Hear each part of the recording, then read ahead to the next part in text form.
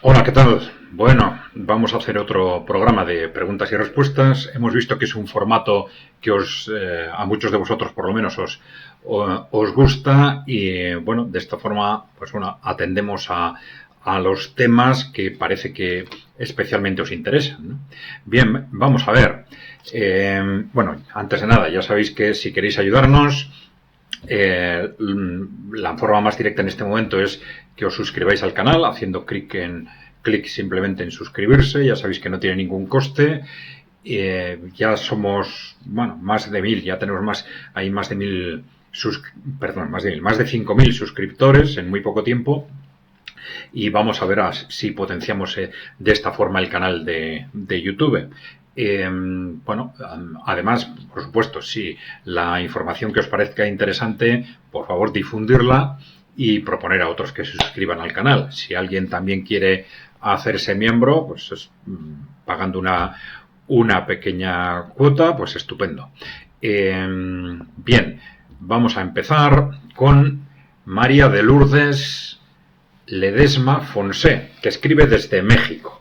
También el mensaje es largo, y sabéis que los mensajes largos no los podemos leer en su totalidad, ¿no? Aburriríamos a los que nos ven, ¿no?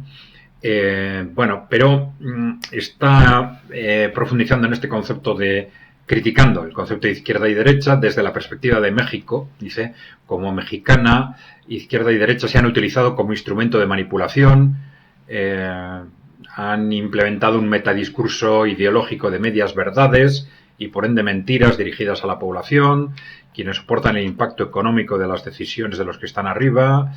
Bueno, al final termina diciendo que bueno, tal como están las cosas, serán inútiles las categorías de izquierda y derecha.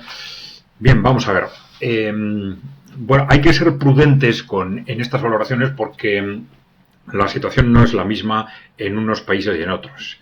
En particular en unos países de Latinoamérica, algunos países de Latinoamérica, con respecto, por ejemplo, a Europa Occidental. He dicho que en Europa Occidental, como en Estados Unidos, ¿no?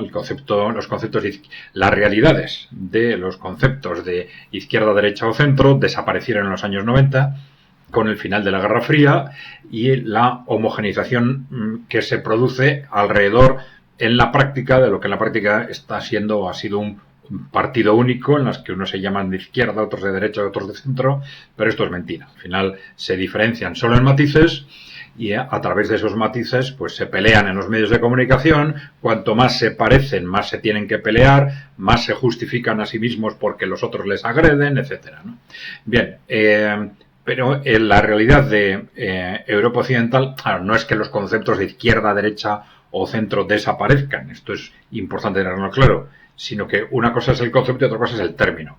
Entonces, bueno, en la medida en que empezamos a aceptar como izquierda al que se llama a sí mismo, a todo el que se llama a sí mismo de izquierda, derecha al que se llama a sí mismo de derecha, etcétera, pues al final el concepto se va distorsionando en la práctica y acaba pues desapareciendo como diferencias reales, ¿no?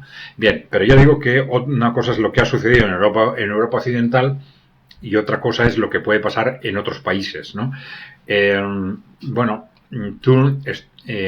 María de Lourdes nos habla del caso de México, que no conocemos en detalle, ¿no? Pero vamos a ver.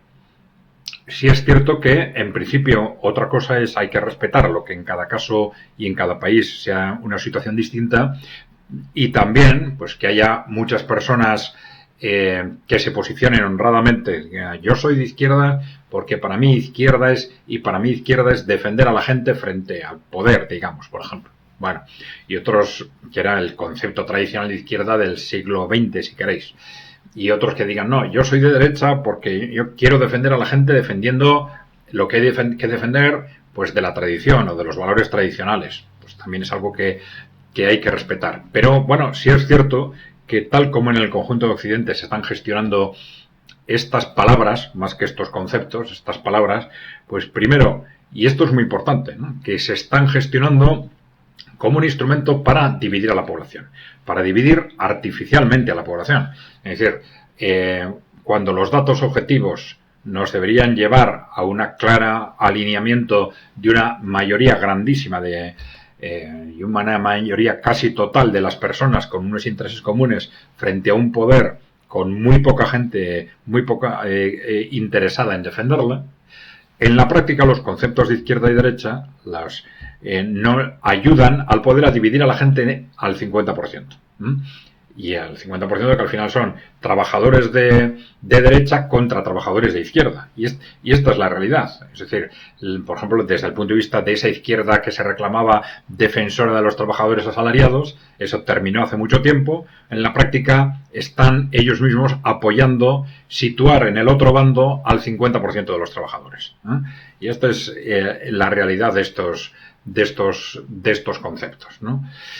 Bien. Pero ya digo que hay que ser muy prudente porque lo mismo que el posicionamiento personal de cada persona, de cada ciudadano con respecto a estas palabras y estos conceptos es distinto, pues también es distinta la situación en unos y otros países, sobre todo en Latinoamérica.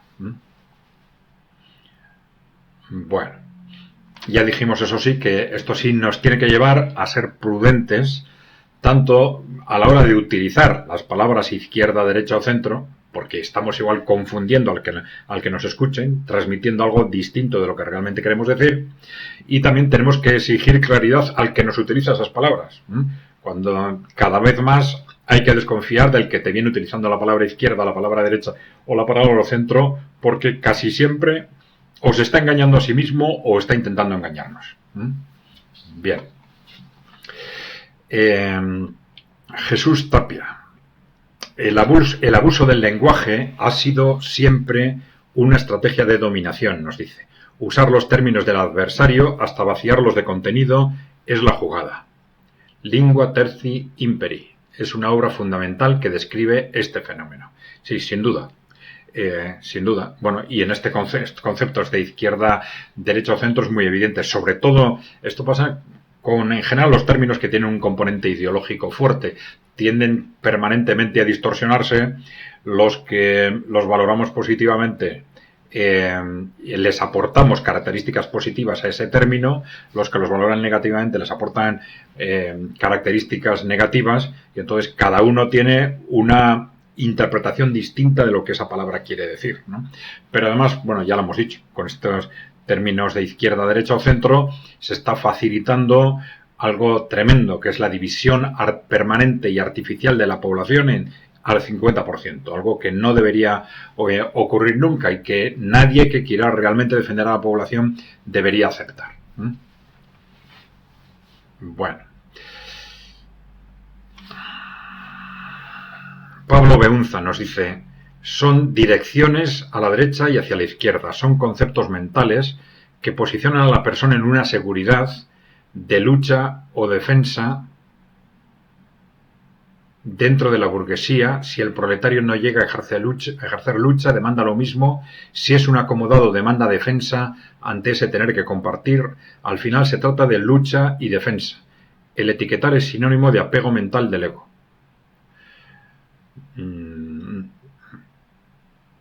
Bien, sí, algo de cierto hay en esto que dice Pablo Beunza, evidentemente, ¿no? Es decir, si independientes nos agarramos, por ejemplo, a la palabra izquierda para etiquetar a determinadas formaciones políticas, independientemente de lo que hagan, evidentemente estamos incurriendo en un engaño impresionante, ¿no? Engaño a nosotros mismos y engaño a los demás, ¿no? O lo mismo con el concepto de derecha, ¿no? Bien. Bud Reverter. También un comentario muy largo. Pero bueno, vamos a ver. Dice que le ha parecido sumamente interesante el análisis sobre la división entre trabajadores asalariados de izquierda y trabajadores asalariados de derechas.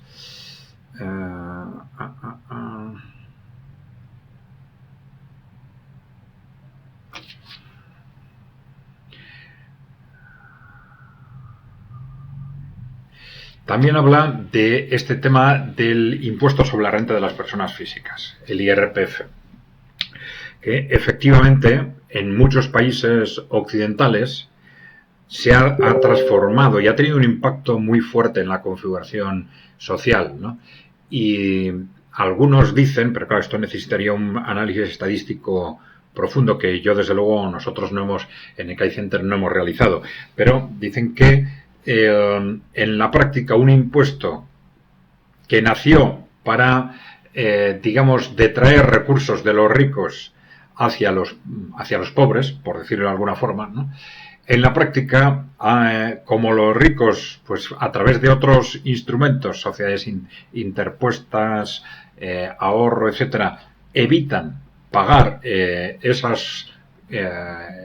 buena parte ese impuesto sobre la renta, al final se ha transformado en un impuesto que genera que paguen los trabajadores de rentas altas a los trabajadores de rentas bajas.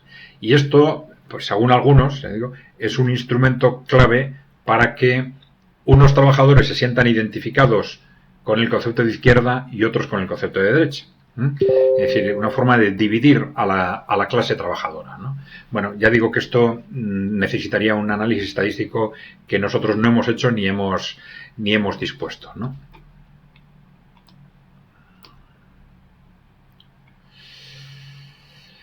Pero él dice que efectivamente esto, Booth Reverter dice que ha visto esto efectivamente lo vio claramente cuando vivió en Brasil.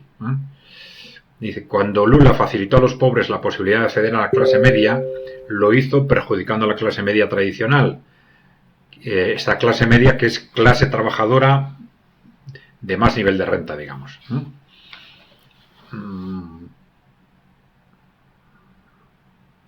Esta clase media tradicional se radicalizó y acabó haciéndose bolsonarista, dice. Bueno,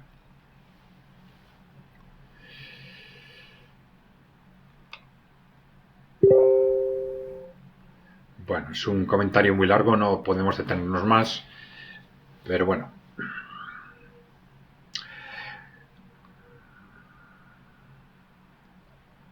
Muchas personas que han estudiado en la universidad y se ven con salarios muy semejantes a los de trabajadores sin cualificación alguna, se sienten soliviantadas por agravios comparativos y no lo encuentran justo, apelando a una visión más meritocrática de la sociedad y no tan igualitaria, ¿no? Bien, efectivamente esto puede ser, si se verifica estadísticamente, puede ser un factor muy importante para mantener esa división digamos, artificial de los trabajadores entre izquierda y derecha, entre clase media y clase baja, si queréis. A ver, Gerardo GJQ nos dice, para que exista un centro real, primero debe existir un balance real y justo entre las capas sociales. Si atinamos a definir qué cosa es eso y sucede, entonces quienes lo promuevan serán centristas y conservadores al mismo tiempo. Bueno, sí, estamos hablando todo de categorías relativas, porque claro, si se cuestiona el concepto de izquierda, se cuestiona el de derecha y el de centro, porque todos ellos se definen no en base a razones objetivas, sino de forma relativa frente a los otros. Derechas son los que se ponen a la izquierda, izquierda son los que se ponen a la derecha, etcétera. Bien.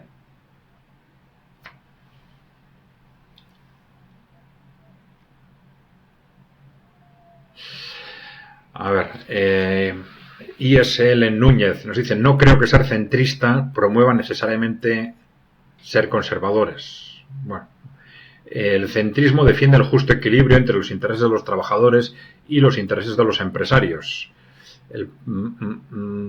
El partido que logra este equilibrio de forma más o menos justa se podrá quitar de encima a las grandes corporaciones y su influencia sobre la clase política, etcétera, ¿no?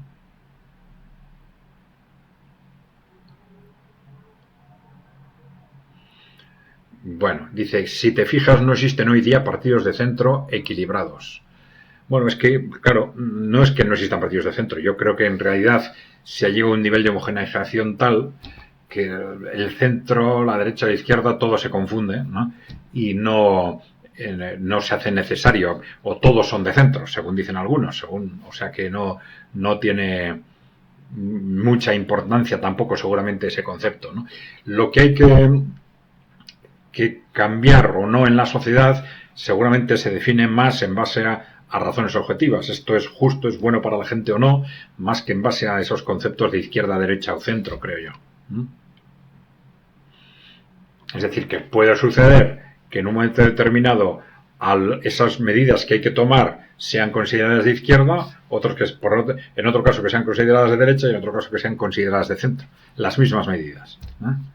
Depende cómo se posicionen los demás, claro.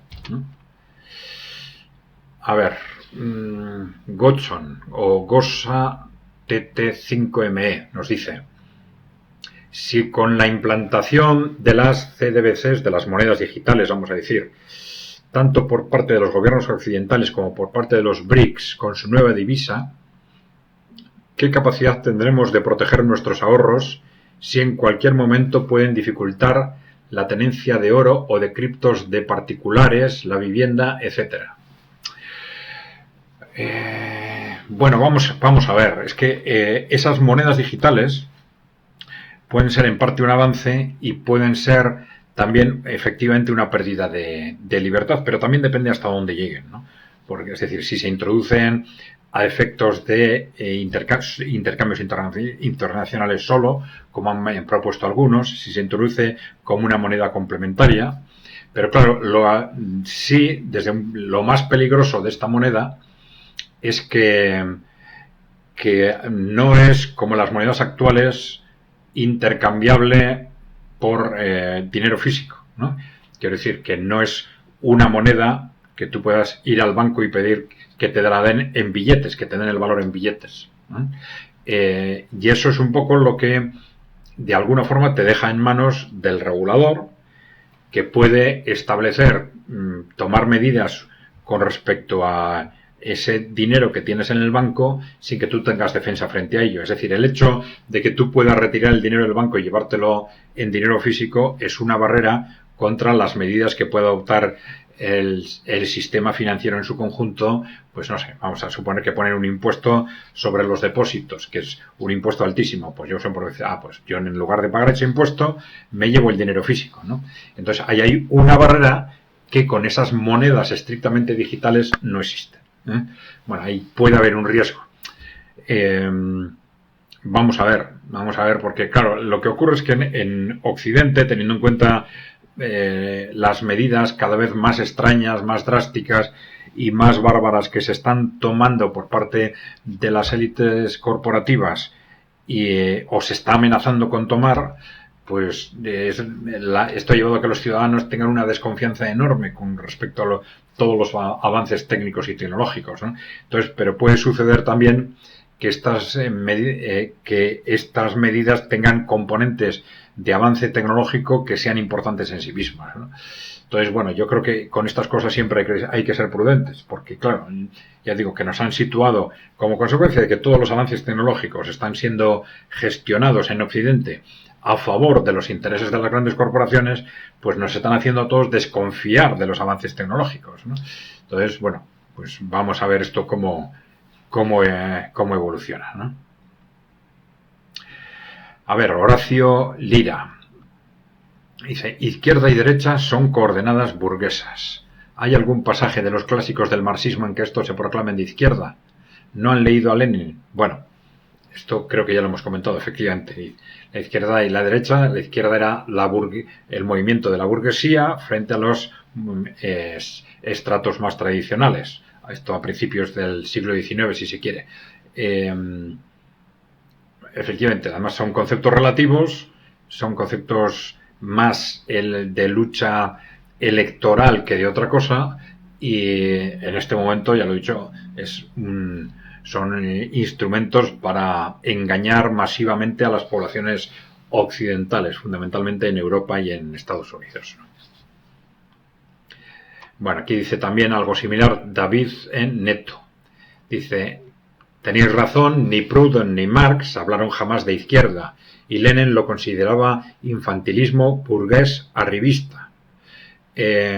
Coincido en reivindicar la lectura de Lenin y recuperar el lenguaje de lucha de clases desde el proletariado. Un saludo. Bueno, sí, efectivamente el concepto de izquierda era un concepto claramente liberal burgués, ¿no? Y ahora ya hemos hablado repetidamente de hasta qué punto está siendo negativo para los ciudadanos, está siendo dañino utilizar esos conceptos de izquierda, derecha y centro. Jorge Cardoso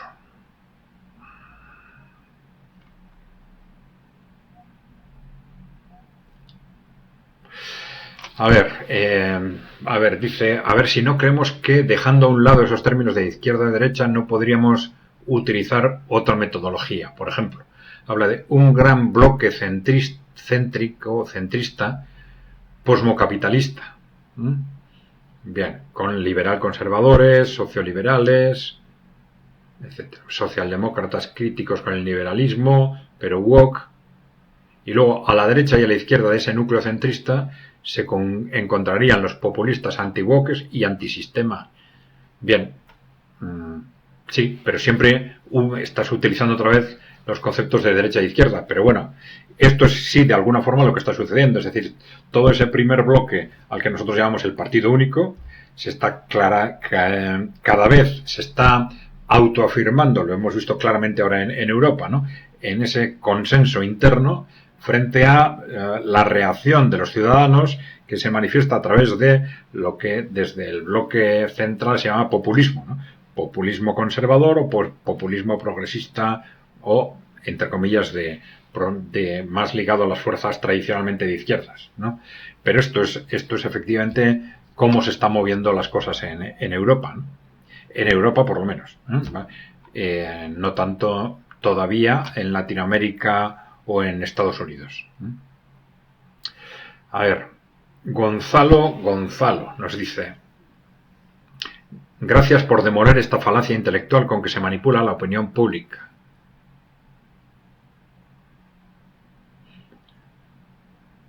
Y dice, ¿cómo demoler la idea de que se progresa con tratados de libre comercio asimétricos con los que se someten a las economías subdesarrolladas y se las condena a ser economías extractivistas sin valor agregado ni innovación tecnológica?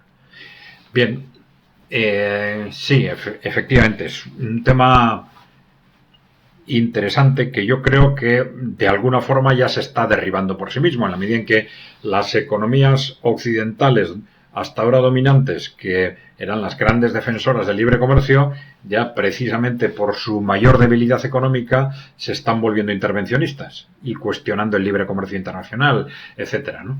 Ya hemos dicho alguna vez que es interesante el análisis histórico en este sentido.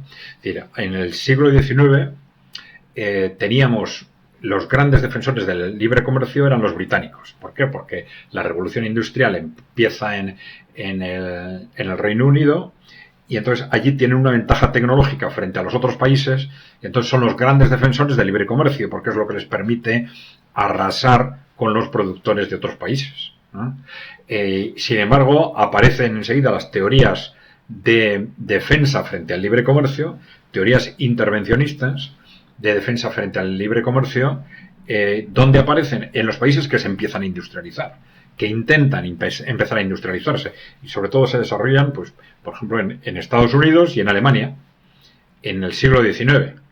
Entonces, son países que empiezan a adoptar medidas proteccionistas frente a la industria británica, sobre todo, para permitir a su propia industria desarrollarse, ¿no?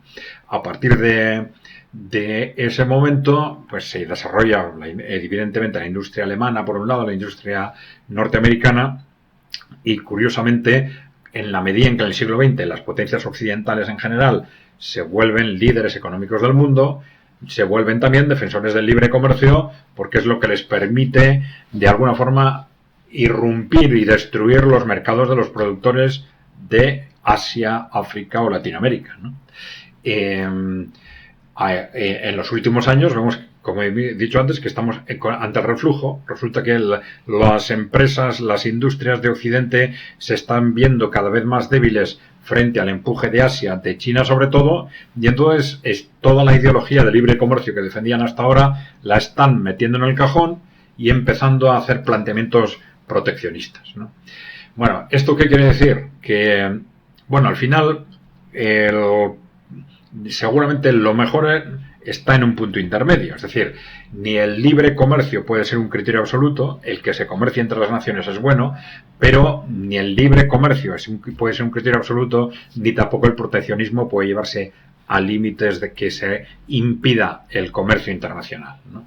Entonces, el problema es que, claro, lo mejor es un punto intermedio que permita a las naciones desarrollarse de una forma más o menos equilibrada, pero bueno, permitiendo la competencia internacional, pero no permitiendo que la competencia internacional desequilibre las economías internas, ¿no? Claro, cuando estamos hablando de un punto intermedio, esto es luego más difícil llevarlo a la práctica, porque exige analizar cada situación, quizás cada sector, etcétera, ¿no? No dejarse arrastrar por intereses privados de sectores concretos, sino tener en cuenta los intereses de la nación en su conjunto, etcétera, etcétera, ¿no? O sea, es más complejo de gestionar algo que no es tan claro como decir, pues, libre comercio a toda costa o proteccionismo y punto, ¿no? No, el punto correcto seguramente es un punto intermedio. Vamos a ver. SFGHJQDA nos dice, saludos, a ver.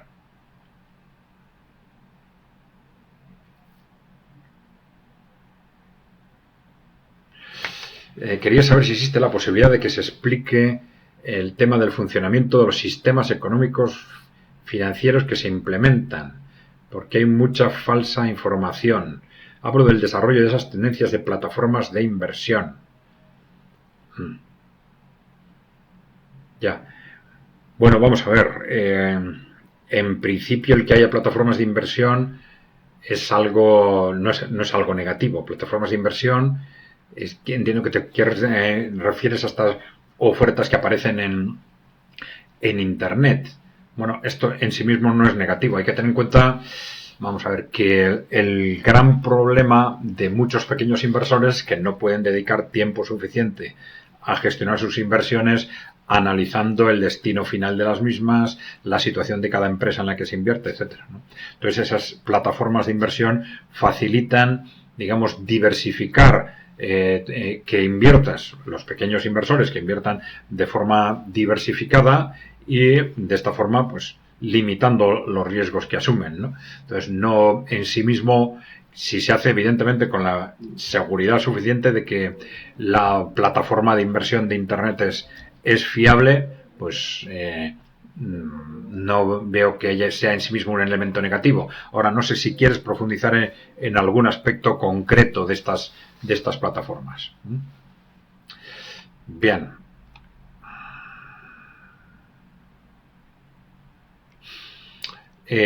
Casewet Ferson, bueno, nos habla de un partido en concreto. Dice, un partido como Podemos es un partido de izquierda en teoría y en la práctica.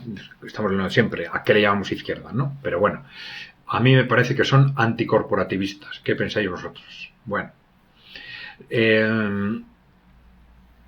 independientemente de un partido u otro, lo importante no es lo que se dice, sino lo que se hace. Claro, el sistema sí admite que haya distintos partidos que digan distintas cosas. Lo importante es que es cuando se llega al gobierno y antes de llegar al gobierno realmente se esté impulsando alternativas. Lo que sí es importante es hacer una evaluación en conjunto de lo que ha pasado en Europa Occidental en los últimos 30-40 años, viendo que todos los grupos que se planteaban como alternativas de izquierda en este caso, como tú dices, ¿no? Pues bueno, realmente no han quedado en nada. Han llegado al poder y no han hecho lo que decían que había que haber hecho. Se han justificado de una forma o de otra, han dicho no nos han dejado. Sí, claro, pero tú viendo lo que estaba sucediendo una y otra vez, pues se ha hablado de hasta 40 opciones alternativas de izquierda en los últimos 30-40 años que nunca han hecho lo que decían que iban a hacer. Viendo todo eso, tú sabes cuáles son las limitaciones objetivas que existen una vez llegado al poder. Sin embargo, has alentado a tu gente, a tus votantes, diciendo que vas a poder hacer lo que probablemente sabes que realmente no vas a poder hacer. Entonces mantienes, quizás estás tú mismo alimentando unas falsas esperanzas, ¿eh? En una vía que al final sabes que no tiene salida, ¿no? Entonces, bueno, yo creo que esa desconfianza de fondo es muy importante. Por lo menos esos grupos que son realmente alternativos deberían plantear un camino estratégicamente claro. Es decir, Si yo simplemente voy a hacer lo que han hecho otros y han fracasado y yo voy a hacer lo mismo, no, pero como yo soy más listo, soy mejor, pues, o más bueno, pues yo voy a tener resultados positivos, o no, o digo, no, puesto que estos han fracasado, pues puedo hacer dos cosas, o decir, no, es que dentro de este sistema es imposible cambiarlo, es imposible adoptar medidas realmente anticorporativas desde los gobiernos, o bien, es decir, no, yo lo voy a poder hacer a pesar de que voy a tener a los medios en contra, de que voy a ser boicoteado por el sistema financiero, etcétera. Lo voy a poder hacer por esto y por esto y por esto, porque me estoy blindando frente a esto de esta y esta forma.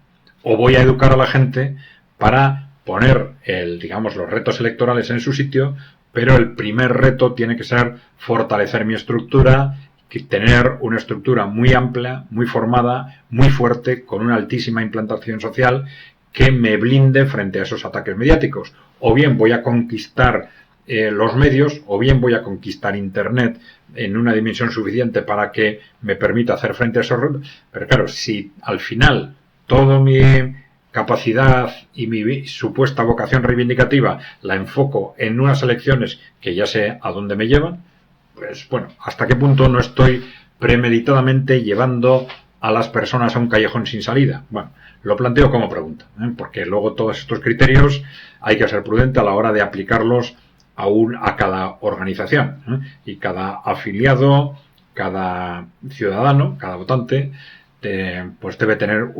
intentar hacer ese análisis sobre su respectiva formación para ver si lo que dicen que defienden realmente responde a lo que defienden, ¿no? A ver, Lourdes Canosa nos escribe en portugués. Dice, nos pregunta la opinión sobre un libro de la feminista estadounidense Nancy Fraser.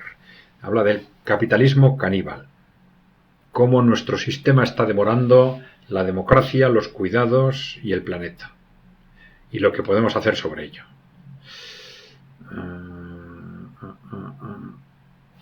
Bueno, no lo conozco, o sea que no puedo opinar al respecto. Bien.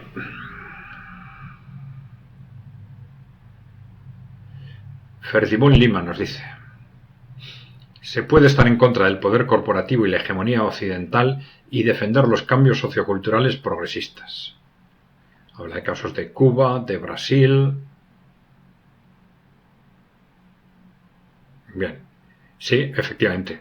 Claro, lo que hay que hacer es distinguir lo que son cambios socioculturales progresistas en el sentido de responder a retos sociales objetivos, y otra cosa es dejarse arrastrar por la manipulación de esos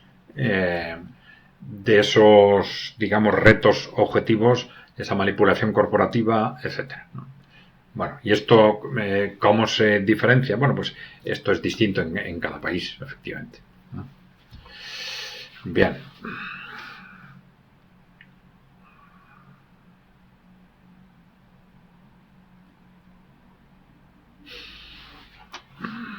Isadora nos dice: la mentalidad aristocrática ha sido sustituida por la burguesa, pero es la misma. Lo que pasa que es más amplia por el hecho del triunfo de la plusvalía capitalista. Vamos a ver. La mentalidad aristocrática ha sido sustituida por la burguesa, sí, porque la aristocracia fue teniendo un peso decreciente a medida que se desarrollaba y se expandía el capitalismo. La burguesía, los propietarios de empresas, pues fueron cogiendo un peso creciente en la sociedad en su conjunto, ¿no? Bien, pero ¿es la misma mentalidad? Supongo que te estás refiriendo a este concepto que mencionábamos de esa mentalidad aristocrática en el sentido de desprecio del vulgo. Sí, es la mentalidad, vamos a decir, burguesa, tiende, a medida que se convierte en oligárquica y que afecta cada vez a un menor número de personas, de corporaciones y de grandes inversores que están cada vez más lejos de la gente, pues tiende a configurarse una mentalidad similar en ese sentido, de lejanía de la gente común, desprecio de la gente común, incluso, como dicen muchos, odio a la gente, ¿no? Odio a la gente, que luego esto se traslada a esas teorías de que sois demasiados, no somos demasiados, sois demasiados, os reproducís demasiado, es más importante la naturaleza que vosotros, etcétera, ¿no? Medidas para contener la natalidad a toda costa, ¿no? Hay esa mentalidad de desprecio de la gente que, ya dijimos que quizás una característica muy clara de las últimas décadas es que una característica diferencial de las últimas décadas es que esa mentalidad aristocrática, que era de las aristocracias y luego de las élites corporativas en el siglo XIX, en las últimas décadas han realizado esfuerzos clarísimos a partir de la década de los 90 a través del posmocapitalismo para que esa mentalidad se imbuya al conjunto de los ciudadanos, de tal forma que el conjunto de los ciudadanos acabamos pensando que somos demasiados, que somos una carga para el planeta, que somos poco más que los animales. Este tipo de mentalidad, bueno, pues han tenido bastante éxito en extenderla a una parte muy importante de la población occidental. Se me olvidaba sobre Isadora. Dice, por el hecho del triunfo de la plusvalía capitalista. Ahí no sé muy bien. Bueno, es más amplia, dice, la mentalidad burguesa que la mentalidad aristocrática. Bueno, vamos a ver.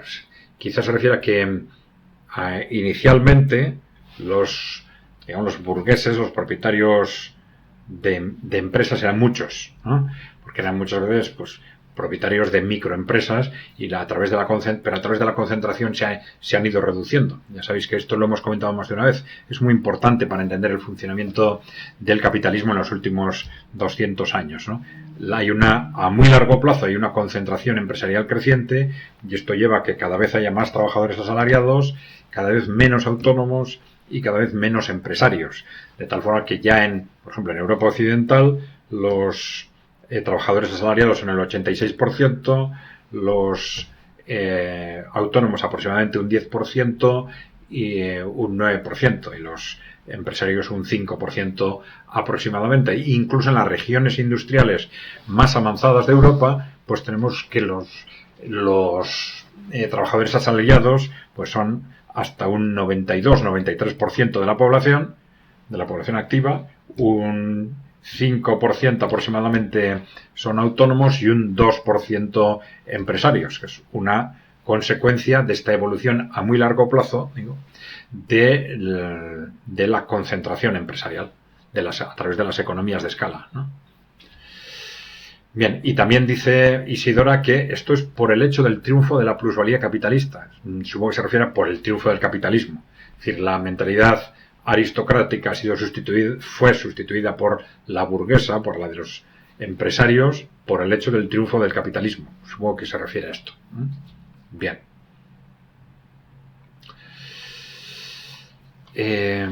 Mundo Momento nos dice: se puede decir que la izquierda se asocia a las luchas sociales emancipatorias y de liberación, acercándose más a los postulados comunistas que a los socialdemócratas del parlamentarismo burgués. No sé si hay mucho que decir a este comentario, porque claro, ya hemos dicho que los conceptos de izquierda, derecha y centro son relativos. Es izquierda lo que se opone a la derecha. No responden a planteamientos objetivos concretos, sino a planteamientos relativos de posicionamiento de la izquierda frente a la derecha y frente al centro, la derecha frente a la izquierda y frente al centro, ¿no? Entonces, pueden ser distintos dependiendo cómo se sitúe cada persona emocionalmente o cada grupo político, ¿no? O cada medio de comunicación, ¿no? Que es muchas veces lo más importante, ¿no? A ver, Juan Ramón Quintero.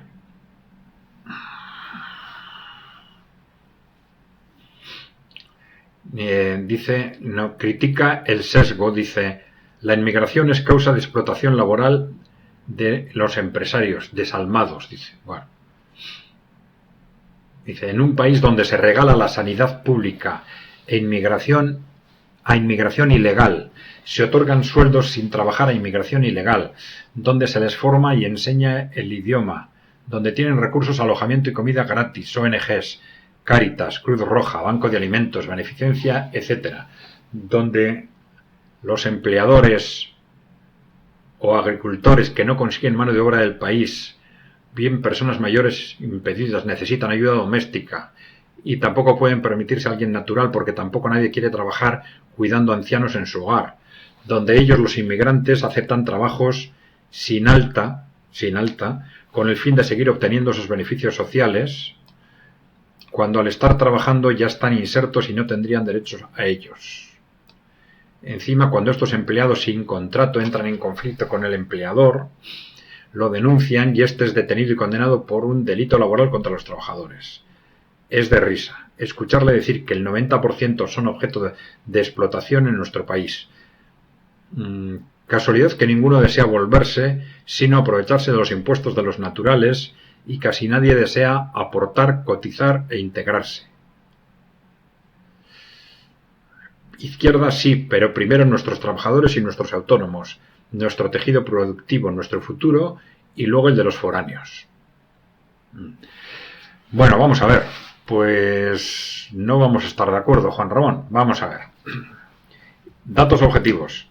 Cuando decimos que el 95% del fenómeno migratorio responde a explotación laboral, es porque los datos objetivos, no nuestros, sino de la Unión Europea, de todos los años, uno tras otro, nos dicen que el 95%, a veces, normalmente es más, 96, 97, ahí anda, de los trabajadores que inmigran, de las personas, perdón, que inmigran, son trabajadores que van a un contrato de trabajo, que van a un puesto de trabajo.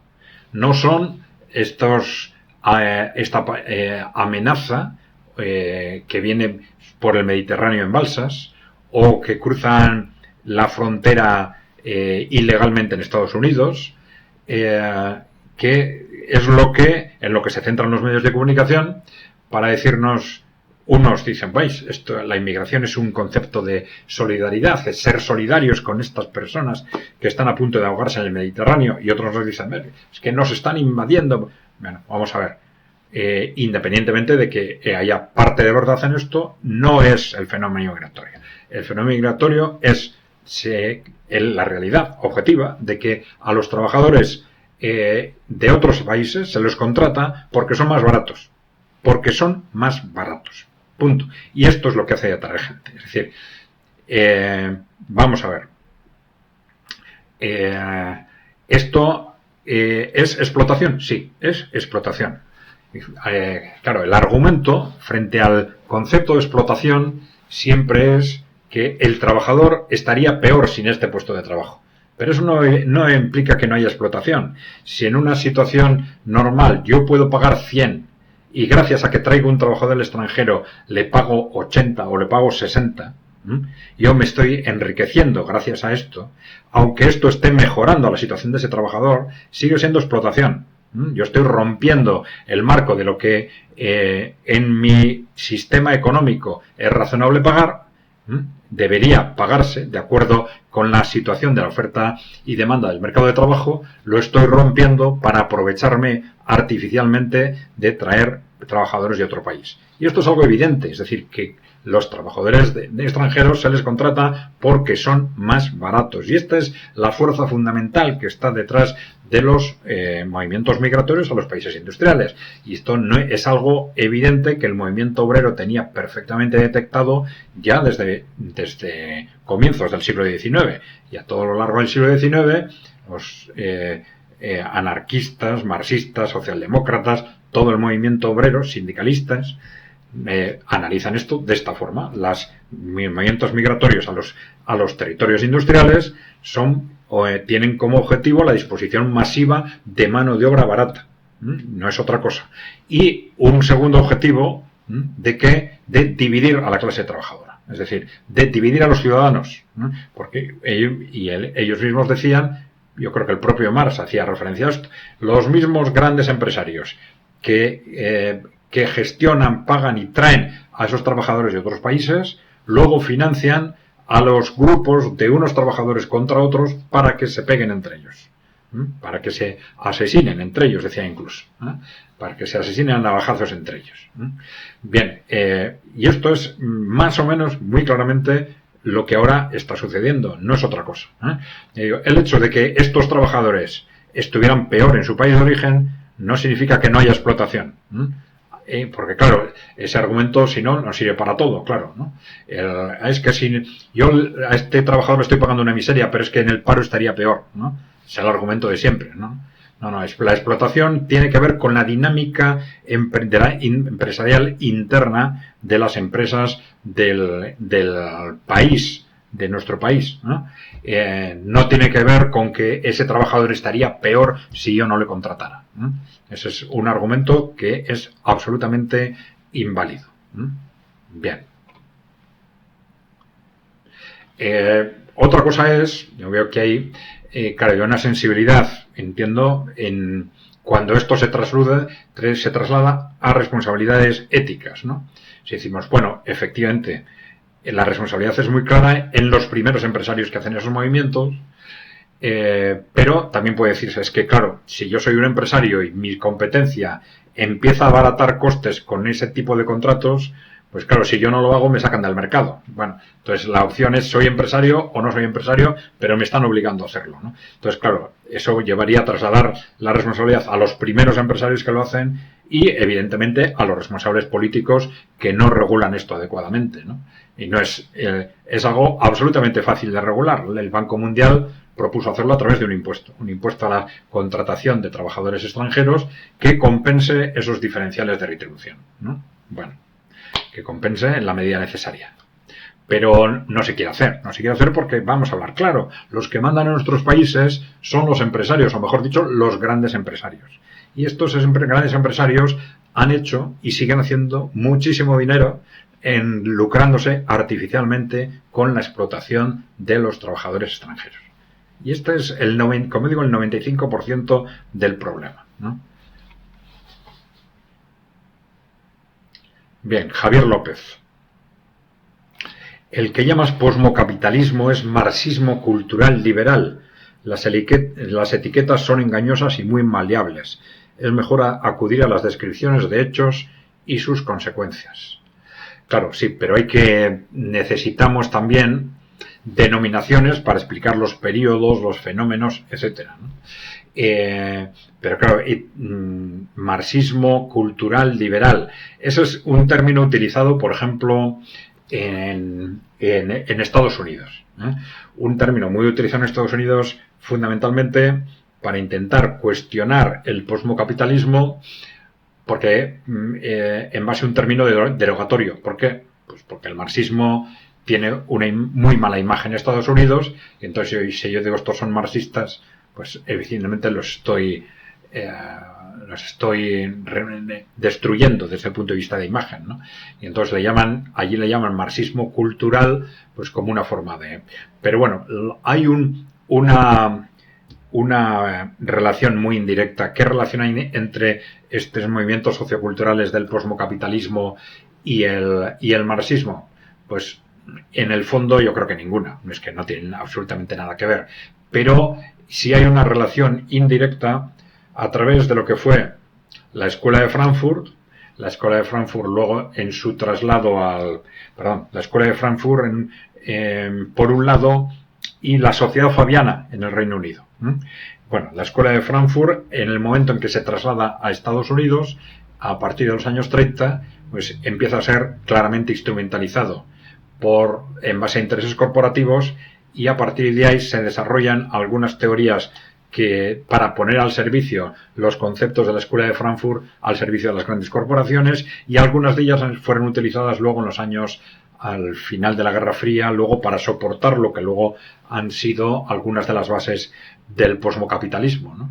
De todos esos conceptos del posmofeminismo, el catastrofismo climático, la manipulación de las minorías, la explotación masiva de migrantes, bueno, todos estos movimientos, ¿no? Pero bueno, es un hilo totalmente indirecto que se puede aplicar al marxismo, al liberalismo, a mil corrientes, porque ya digo, todas las corrientes son manipulables por las grandes corporaciones, y históricamente prácticamente todas lo han sido. ¿no? Bien.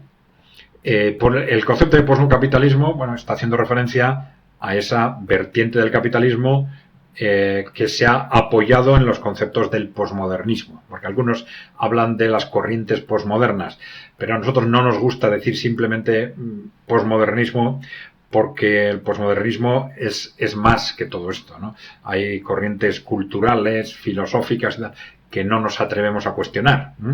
Pueden estar más o menos directamente relacionadas con esos intereses corporativos, pero con el concepto de posmocapitalismo aludimos a la utilización del posmodernismo, de esos conceptos de cuestionar la razón, etcétera, como cuestionar la razón a favor de las emociones, etcétera, que esa manipulación de los conceptos del posmodernismo a favor de las grandes corporaciones que han controlado de forma muy directa Occidente en los últimos 30-40 años, ¿no? Bueno,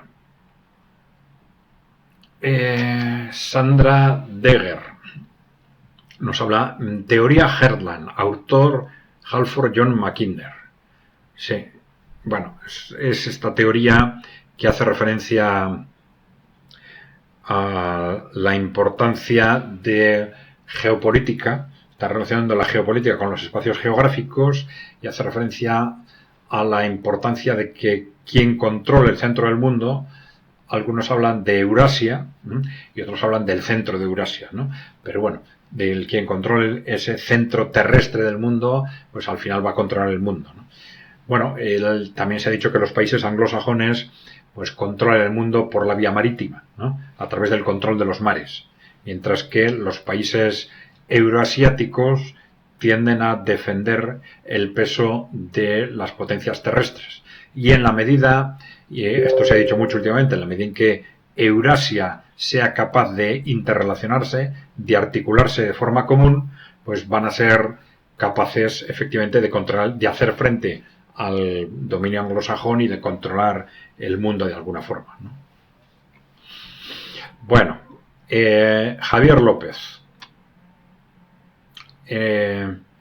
Bueno, en el mismo sentido del comentario anterior. Nos dice, o sea que el 95% del asunto de la inmigración es que los empresarios quieren mano de obra barata. Tú lo flipas, dice. Bueno, eso sí que es para despistar. Mentira y nocivo como todo discurso falsario. Bueno, y muy anclado en el paradigma comunistoide del pasado. Bueno, yo no he visto aún ninguna trama desarticulada de empresarios que traigan mano de obra esclava. Bueno, pues sí ha habido. Sí ha habido muchos empresarios, seguro muchos menos de los que debería haber habido, porque si hubiera habido los que deberían haber sido detenidos, pues este fenómeno estaría más o menos controlado, pero es un fenómeno absolutamente desbordado. Lo de mano de obra en situaciones de esclavitud o de semiesclavitud, sobre todo en ámbitos como la agricultura en el conjunto de Europa, es algo que está perfectamente descrito por las propias instituciones de la Unión Europea, ¿no? Y está hablando de muchos cientos de miles, de millones de trabajadores en ese tipo de situación. Bueno, Javier López nos dice...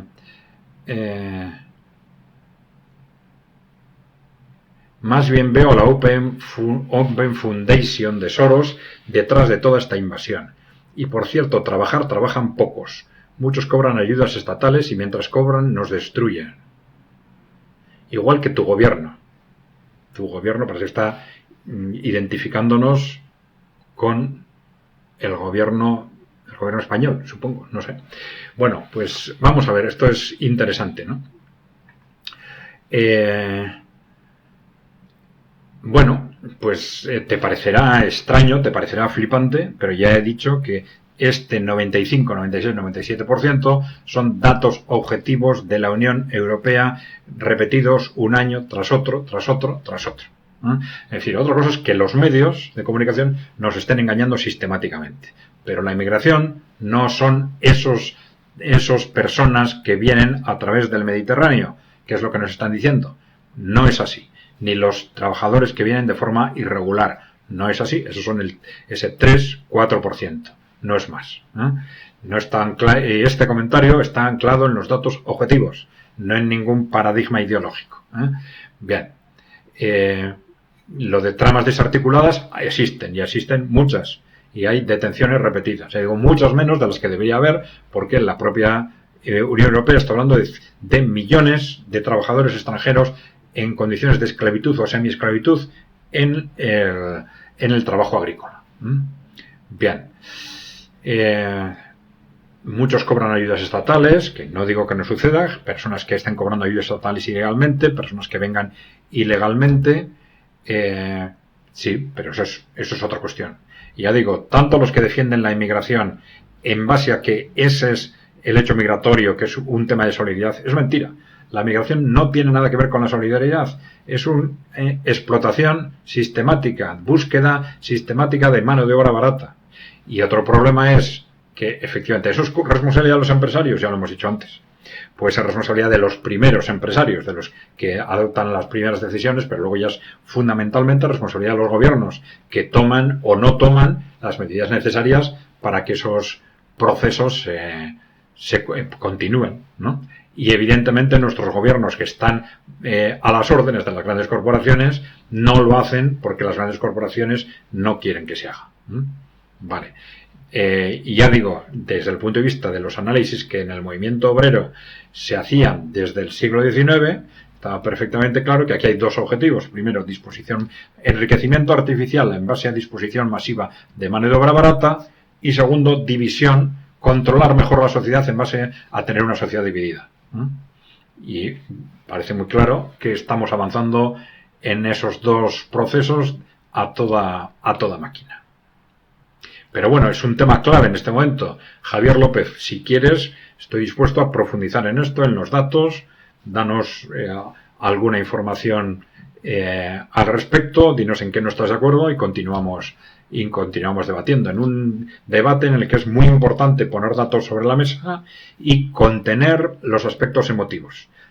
Ya digo, todos estos aspectos emotivos que están falsificando la realidad, tanto cuando nos dicen que el fenómeno migratorio es un fenómeno de solidaridad, mentira absoluta, como cuando nos intentan decir que el fenómeno migratorio es un fenómeno de estos señores que nos están invadiendo ilegalmente a través del Mediterráneo.